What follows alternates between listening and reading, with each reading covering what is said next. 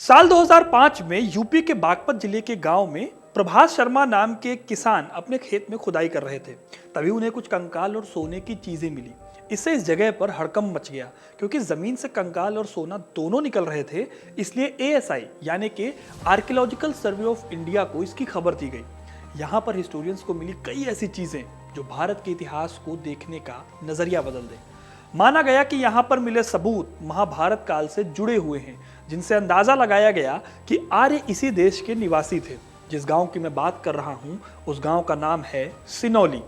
क्या क्या चीजें मिली हैं इस गांव में और क्यों ये भारत के इतिहास को देखने का नजरिया बदल सकता है, इस वीडियो में मैं आपको सब बताऊंगा। तो इसे एंड तक जरूर देखिएगा, क्योंकि अपना इतिहास नहीं जानोगे तो खुद को कैसे पहचानोगे।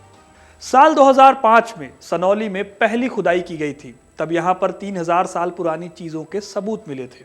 इसमें एएसआई को यहाँ से 106 मानव कंकाल मिले। इनकी कार्बन डेटिंग से पता चला कि ये सारे के सारे कंकाल 3000 साल से भी पुराने हो सकते हैं। हालांकि इस डिस्कवरी के बाद इस प्रोजेक्ट को बंद कर दिया गया। लेकिन फिर 13 साल बाद आर्कियोलॉजिस्ट की एक टीम ने जब साल 2018 में इस जगह पर दोबारा खुदाई की तो उन्हें कई चौंकाने वाली चीजें मिली। इन्हीं में से एक चीज थी रथ, जिसने सबसे ज्यादा सुर्खियां बटोरी। इन रथों को महाभारत और रामायण की घटनाओं से जोड़ा जाने लगा। इसके अलावा यहाँ पर कई हथियार मिले, जिनके आधार पर यह कहा गया कि यहाँ जो लोग रह रहे थे वो कोई आम लोग नहीं, बल्कि वॉरियर्स यानी कि योद्धाओं की प्रजाति रहे होंगे। संजय कुमार मंजुल, जिन्होंने 2018 की टीम को लीड किया था, वो तो ये तक अंदाजा लगाते हैं कि सिनौली की प्रथाओं की झलक प्राचीन हिंदू ग्रंथ जैसे कि रामायण, महाभारत और वेदों में मिलती है। माना जाता है कि यह साइट लेटर हड़प्पा काल की है। लेटर हड़प्पा मतलब जब शहरी सभ्यता का पतन हो रहा था और हड़प्पा की अर्थव्यवस्था और समाज कमजोर हो रहे थे। साल 2018 में जब इसकी दोबारा खुदाई हुई थी तो मंजुल की टीम को टोटल 3 रथ मिले।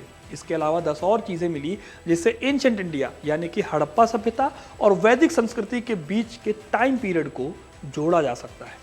सिनौली में जो इंपॉर्टेंट चीजें थीं उसमें मूठ वाले हथियार जैसे कि तलवार, फिर एक तांबे का हेलमेट मिला। इसके अलावा यहाँ गेरुए रंग के बर्तन मिले, तांबे के भंडार मिले और यहाँ कई कब्रें मिले। यहाँ की कब्रें सिंधु घाटी सभ्यता से थोड़ी अलग हैं। 2018 की खुदाई में कुल 8 कब्रें मिली। इसमें से कुछ के ताबूत 4 पैरों वाले हैं, कुछ में एक से अलग अंडरग्राउंड कमरे भी बने हुए हैं, जहां से शायद दफन करने से पहले के रीति रिवाजों को फॉलो किया गया होगा। इन कब्रों में शव के पास सिस्टमैटिक ढंग से रखे फूलदान, कटोरे और बर्तन पाए गए हैं। सबसे बड़ी बात यह कि इनके दफन करने का प्रोसेस वैदिक संस्कृति की तरह था, ना कि सिंधु घाटी संस्कृति की तरह। वहीं एएसआई के अनुसार ऋग्वेद में उल्लेख है कि योद्धाओं को उनके सभी हथियारों के साथ पूरी पोशाक में दफनाया जाता था, और सिनौली में कब्रों के साथ ऐसे एग्जाम्पल मिलते हैं। सबसे बड़ी बात है कि इन सभी कब्रों को एक जैसे ट्रीट नहीं किया गया। जैसे कि कुछ को लकड़ी के ताबूत में दफनाया गया तो कुछ को तांबे से कवर किया गया था और इन पर कुछ सजावट भी की गई थी। इस तरह से माना जाता है कि सिनौली में कुछ ऐसा है जो हमारे इतिहास को खंगालने में और मदद करेगा। इस पूरी खोज में सबसे बड़ा अट्रैक्शन का पॉइंट है वो 3 रथ जो आर्कियोलॉजिस्ट ने खोजे थे, क्योंकि इनका मानना है कि अभी तक रथों के बारे में साहित्य में सिर्फ सुना गया था, लेकिन कोई फिजिकल एविडेंस मौजूद नहीं था। लेकिन सिनौली से उम्मीद बनती है कि महाभारत और रामायण काल के वैज्ञानिक सबूत भी मिल सकते हैं। मंजुल के अनुसार इन रथों को बनाने के लिए जिस तरह की लकड़ी का इस्तेमाल किया गया वो वेदों में वर्णित लकड़ी के ही जैसे है। तीनों रथ 2 पहिए और हल्के वजन के हैं, जिनमें डी आकार का चेसिस बना हुआ है। इस पर तांबे की सजावट की गई है। पॉसिबल है कि उन्हें एक ही आदमी की सवारी करने के लिए बनाया गया था। और आर्कियोलॉजिस्ट का मानना है कि ये रथ भारत में बने थे, यानी इनका आविष्कार भारत में हुआ था। पॉसिबल है कि इन्हें युद्ध के लिए इस्तेमाल किया जाता हो, क्योंकि सिनौली के कबीले में रहने वाले लोग युद्ध करने वाले लोग थे, और सिर्फ पुरुष ही नहीं बल्कि महिलाएं भी यहाँ युद्ध करती थी। सिनौली के इस प्रोजेक्ट को लीड करने वाले एएसआई के संयुक्त महानिदेशक संजय कुमार मंजुल ने कहा कि इन सबूतों से वेस्ट की आर्यन थ्योरी का एजेंडा खत्म हो सकता है।